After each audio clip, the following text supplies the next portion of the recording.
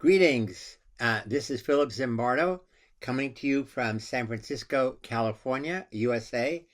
I will be 88. I was born in 1933. So 88 in Chinese is good luck numbers, and I hope this will be a great year for me and for the Chinese people. One of the reasons I'm making this video is that Cheers in China is publishing my autobiography soon. A memorandum of all I could remember from my childhood to throughout my life and to the current times. I was interviewed by the Stanford Historical Society, and they put my interview online, and Cheers was the first company to say, hey, we'd like this to be available for our customers. So I hope you will all enjoy this. It's a very personal statement, and actually also includes classical photos that I found in my old photo files from my childhood up to the current time. So Jesse from Cheers asked me to comment on a number of things in psychology in my life. So the first thing I should say while wearing this Stanford shirt is that on August 15th, 2021, in a few months, it will be the 50th anniversary of the Stanford prison experiment. I did this study. It started August 15th, 1971, and it ended 6 days later. As you know, it was supposed to go for 2 weeks, but it got out of control. The guards were becoming brutal, creatively evil, and the prisoners were having emotional breakdowns. The study is a landmark study in psychology because it's the only study, only demonstration that went on for night and day for 6 full days. Most research in psychology is 1 hour. So here, because we can observe what was happening, and I made videos of it, I made films of the study, you could observe the gradual brutality increasing among the guards and the gradual breakdown, emotional breakdown of the prisoners, day by day, hour by hour. So it's a study which is a classic because it challenged at that time the dominant view of psychology, which was that all we have to know is individuals' personality to predict their behavior. And it turns out, knowing from standard personality tests, we can predict behavior at a very low level, probably only with 20% accuracy. So my research and the earlier research by Stanley Milgram, who was my high school classmate in the Bronx at James Monroe High School back in 1949, our research was the first to say situations, social situations, and role playing of people in those situations is the best predictor of how people will behave. And in fact, it shows that good people can descend into evil when they are put in an evil situation. And I describe this in full in my book, The Lucifer Effect, Understanding How Good People Turn Evil. The good news since then, psychology has shifted away from doing those kinds of research because they're now judged to be unethical. You cannot do research in which participants experience extreme stress of any kind.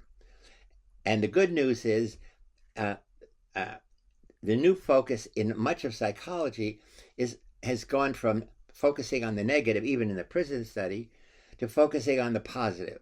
So the positive psychology movement, started by my colleague Marty Seligman about a dozen years ago, is now sweeping the world, focusing on what is good about people. How can we teach people to be more compassionate, more caring, show empathy?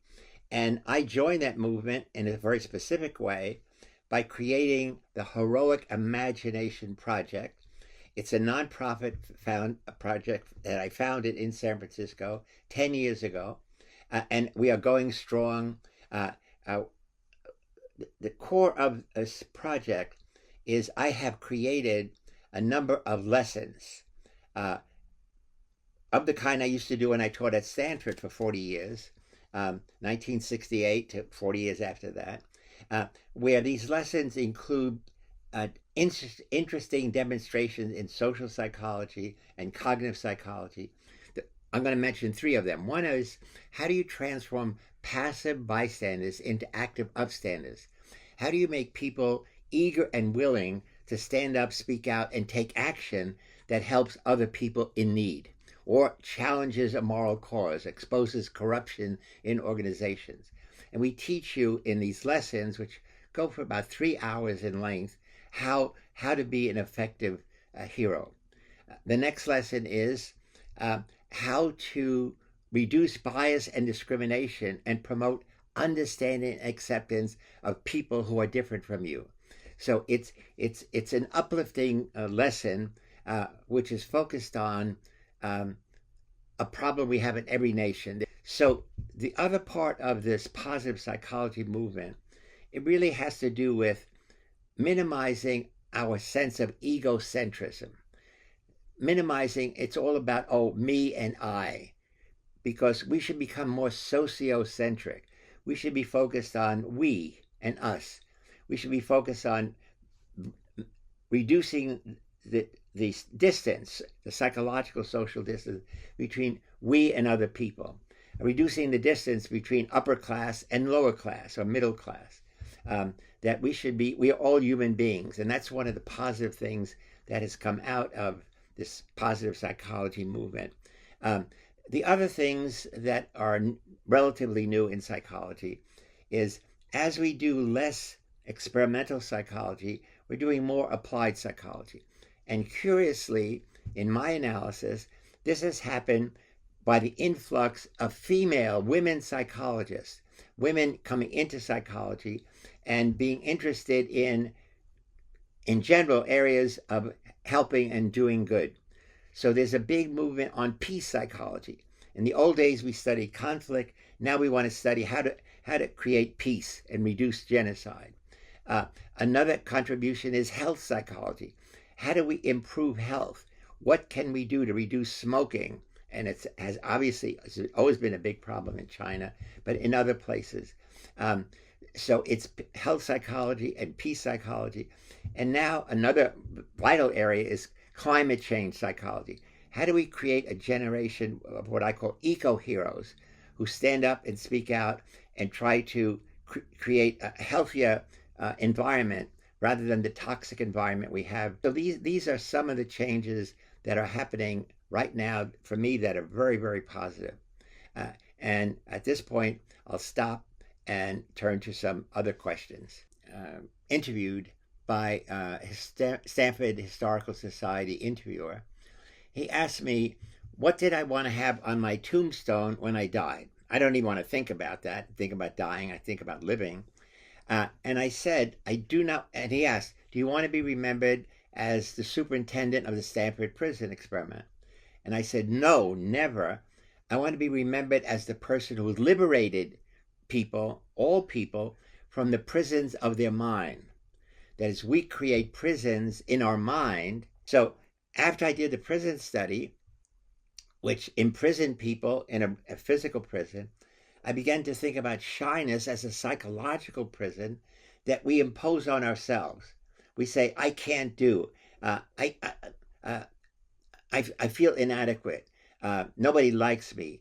Nobody will appreciate me. I'll make a mistake. So you create this negative conception of yourself as your own prisoner, and then you're the guard who says, yeah, don't raise your hand. Don't ask the girl for a date. Don't ask your boss for a raise. And so it's a self-imposed psychological prison.